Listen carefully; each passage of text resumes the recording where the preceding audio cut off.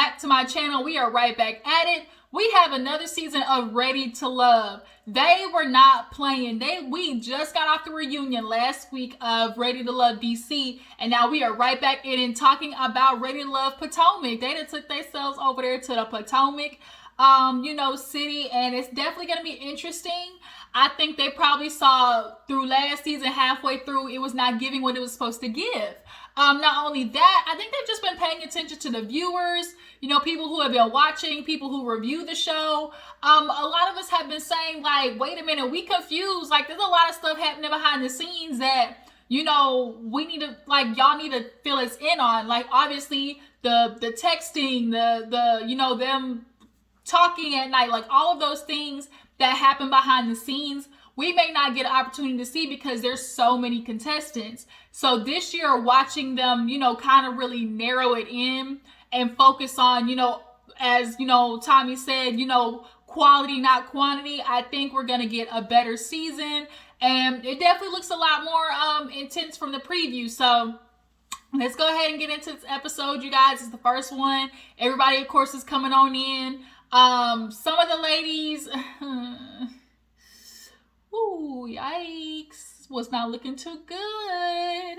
Some of the outfits was not given, okay? It just wasn't. The men, showed up and showed out. I'm trying to think who I really liked the most.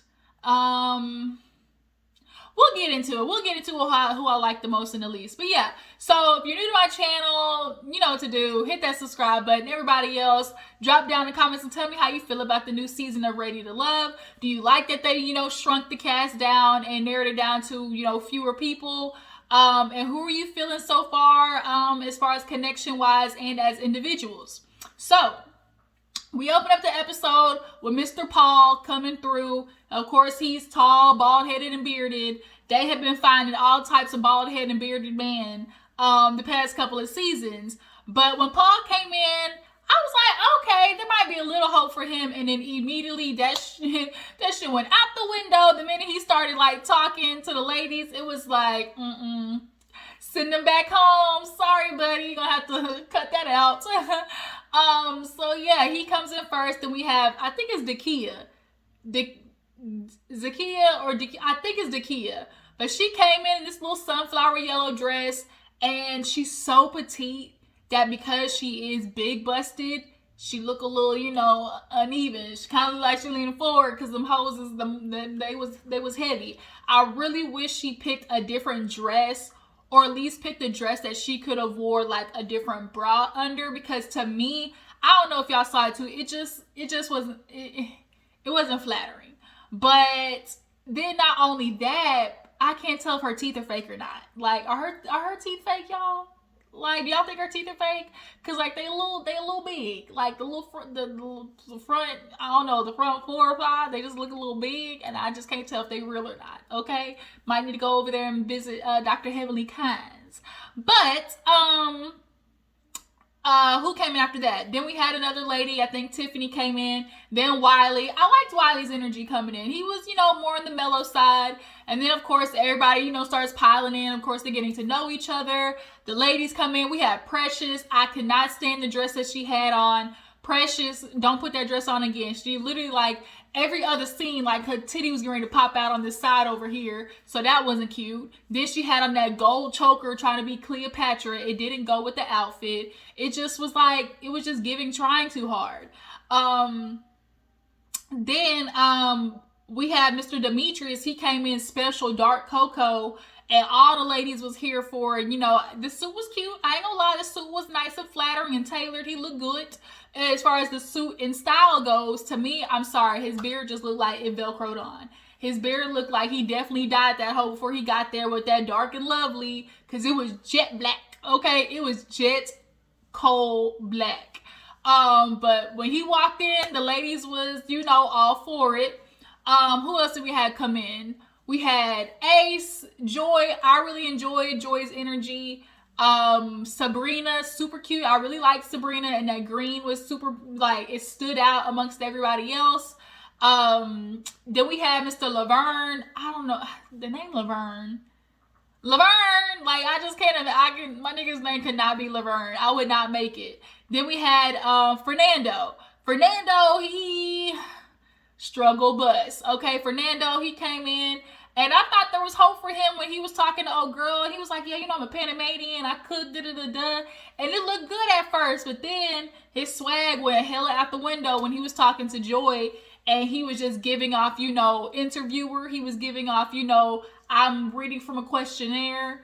Then during his entrance, he talked about during his entrance in his confessional, he was talking about how, you know, I'm ready for a woman, you know, who's for real, you know, who's loyal, you know, because my ex, she was doing me dirty. She was cheating on me the whole time. She was bringing me in and out of our house and bringing them in our bed. I was like, oh, whoever get with you, they gonna be in trouble. Because he definitely is gonna be the insecure type. He's gonna be the check the phone, the, you know, cause issues before you go out type. He definitely... It's a good thing Fernando went home. I don't think he was ready for this. Who else came? Fernando. What other ladies came in? Like I said, Ace, Tiffany. I'm trying to remember all the ladies. I think that's pretty much it. Yeah, because there was only 7 people that came in. Yeah. So then for the men, when freaking gods came walking through the door, Mr. Clifton, woo, let me tell you, this right here's a penny dropper. Whoa. Clifton. Oh, Clifton. So Clifton came on walking in with his fine ass. Nice caramel, head full of hair. Beard wasn't overwhelming. You know, lips still on plump. And he walked in just big old broad chested, and all the women just went. It was just kind of like, and all the men you could tell was threatened because he came in, then he opened that voice in that deep baritone. And you know they have done studies already about how, you know, deeper voices and voices that have more baritone in it are found more attractive. And he literally has the most attractive voice, like that deep voice, like all the ladies are here for it. So he definitely is going to present some, you know, competition. I'm glad he immediately didn't give off, you know, fuckboy vibes. So I'm just gonna keep it at arm's length with him because it can go sideways with him because he does have options, right? But he didn't immediately give off like, oh, leave that nigga alone, like Demetrius or Paul. He wasn't giving off, you know, Frank is what I'm saying. Like there was a little more redemption to him as far as his personality goes and stuff like that. So they're all talking. Precious and Demetrius have a moment to talk. I didn't like it. Her titty was coming out half the time. Zakita and Paul were talking. He kept trying to tell the girls about he go by P.O. And they're like, what the fuck is P.O.? He was like, you know, like the post office. And he thought he was doing something because I delivered. And it was kind of like, well, if you don't shut your corny head ass up, you Corey head ass nigga, like, I immediately just thought of Corey. Just doing the dad jokes, the trying to be Rico Suave. Just like, it wasn't it. Like, it wasn't it, bruh. And that's why you almost got sent home. But you gonna get sent home close after that, because don't be going around talking about, oh, P.O. because I delivered. Boy, if you don't get out of my face. So, Precious was talking to Demetrius. Who else was talking to who? Wiley, he was talking to Keena at one point. Keena was not feeling it. She was not feeling Wiley, but at least Wiley had some type of a good connection with Tiffany. So then Fernando, he was talking with Joy. Like I said, it was going through an interview process. And then finally, you know, Tommy comes in, gathers everybody around, and he lets them know, oh, you know, y'all talking, y'all might be expecting some more people to come, but guess what? They not coming. And everybody was like, what you mean? He was like, this season, this go around, we are keeping it limited. Instead of 20 people and 10 couples, we're going to do 7 couples, which is, 16 people, 7 couples, 7 men, 7 women.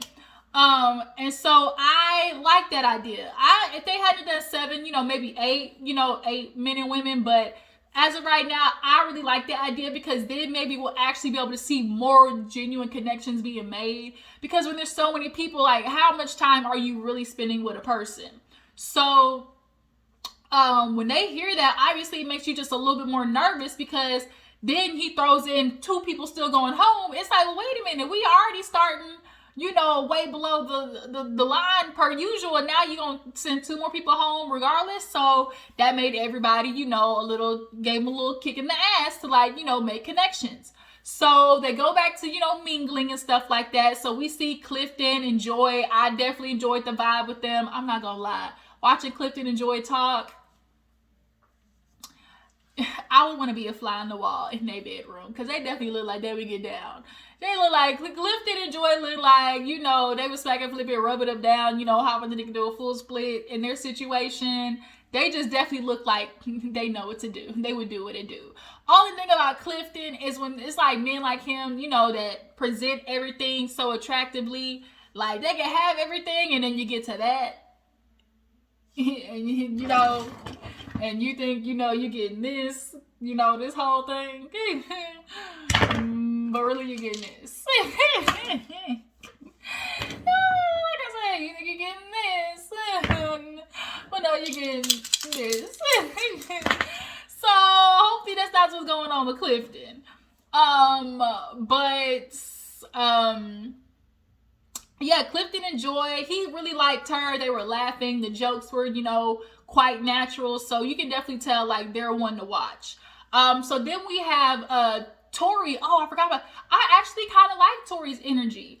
Unfortunately, we learned through this conversation with him and Precious that he definitely is going to be emotionally unavailable. He kind of talks about growing up in childhood where, his mom was from the military, so he grew up with his grandma. And obviously, we know people who are in the military are a lot more emotionally harsh. So they don't show their emotions. They don't show their love and affection. He was like, my mom just told me she loved me, like, only a couple of years ago. So you can tell, like, he's going to be, he's even, like, admitted, he was like, just sometimes too much love and affection. Like, he's like, I don't know how to receive it. So it kind of makes me, like, clam up. So Precious, she actually, kind of relates to that. She didn't have a super emotional, upbringing and stuff like that. So she gets the fact that, like, sometimes being vulnerable and affectionate with somebody is real tough. But once, you break that, that hard layer, I'm going to be loyal and, we're going to be doing the damn thing, basically. Like, and so they actually had a good moment. Tori, I find to be, he's a good looking man. The dreads was on point. They wasn't out here looking like Lil Wayne's dreads.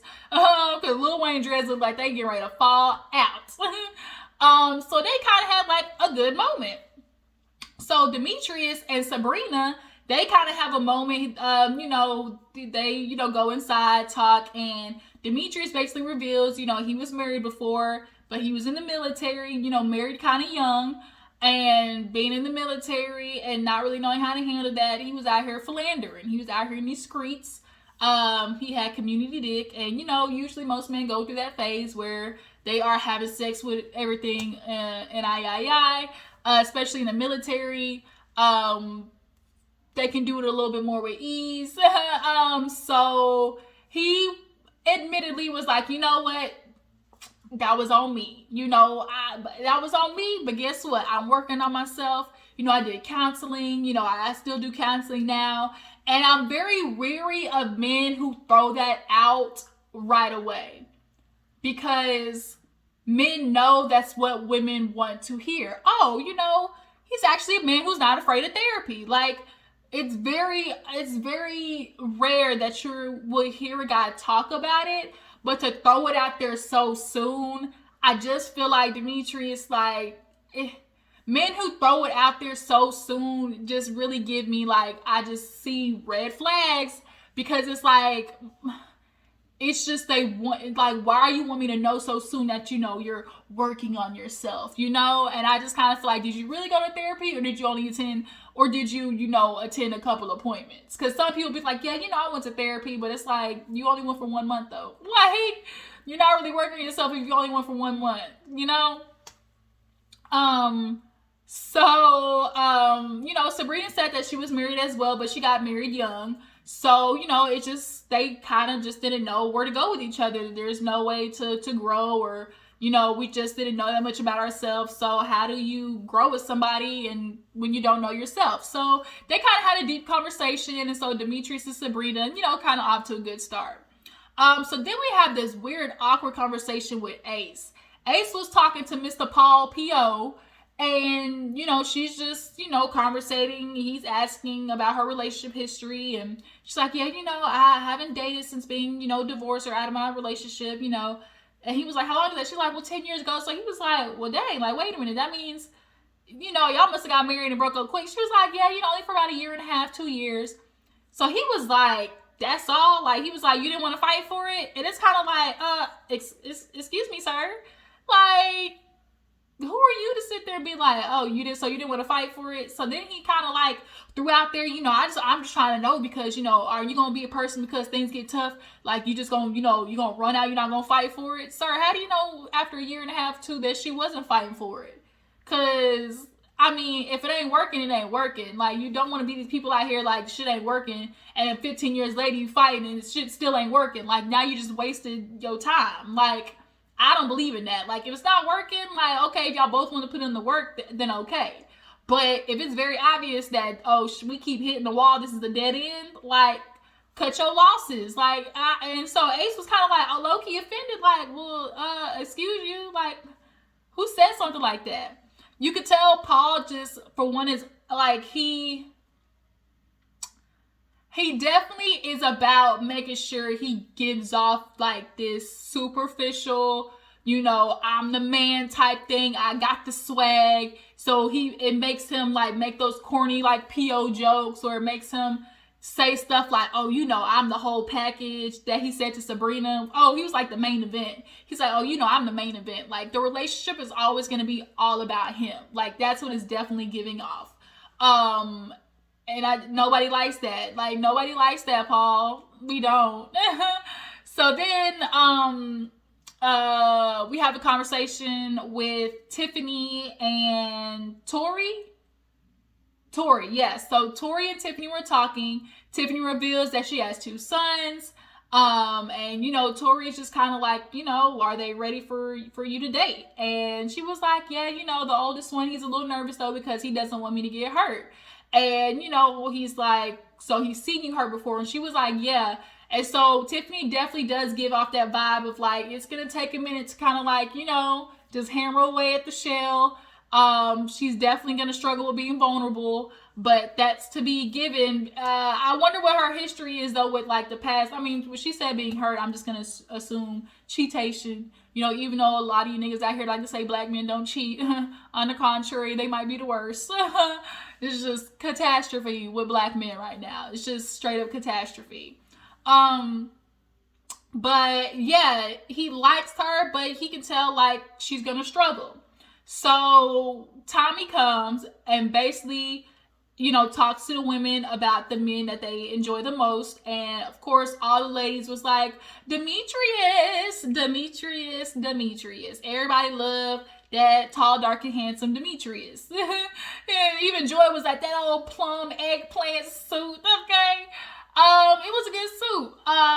And they like Demetrius, of course, Clifton, okay, with his big old baritone ass. And Laverne. Some of them like Laverne. But they were not feeling Paul. Everybody was confused by the PO situation. It just was not looking good. And Fernando, because he didn't really talk to that many ladies. So when they get to like the first elimination, Tommy sends home Fernando. It was between him and Paul. Paul was shocked, and you need to be, because he really thought he was doing it. But nonetheless, they send Fernando home, and so now it's time for the ladies, to be up. They up next on the chopping block, so they send them back to get to know everybody. And so that's when we see Keena's talking to Wiley, but he's opening up about, he's only 32, come to find out she's 39, so she's like, I ain't trying to rob the cradle. And even though you might not have had a vibe with him, she just was giving off not only not interested, but it it's okay if you're not interested. It's okay if you're not feeling them.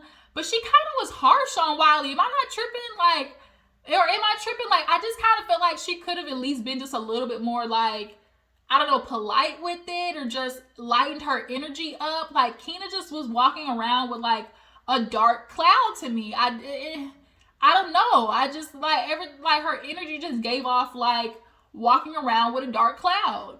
And so Wiley, he was just kind of like, yeah, I don't think that's it. Yeah, I don't think that's for me. So then we have Dakia and Clifton finally, they thought they was gonna get a chance to talk.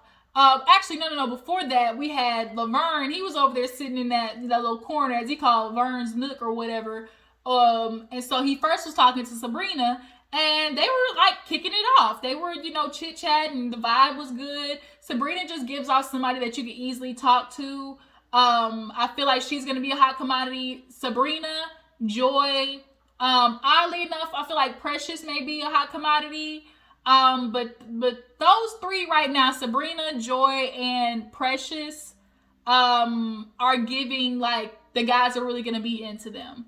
But as she's talking to Laverne, he's talking about Gary, Indiana, all that type of stuff. Miss Precious comes up with her little self and was like, well, let me moonwalk on over here and let me steal this man. So she sits down with him and start talking, and they're chit-chatting about him being a bodybuilder and rubbing oil on each other or whatever. My only concern about Precious is she does lead with her sexuality, and I feel like that's gonna get her caught up because, girl, if you throw that cookie out there too soon, next thing you know, all your cookies gonna be out the cookie jar.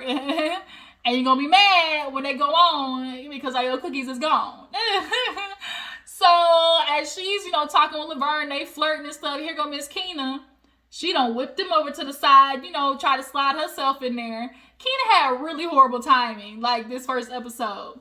So then we get to Dakia over there with Clifton, and they kind of been eyeing each other all night. Talking about I see you. Like, okay, they were kind of looking at each other all night long.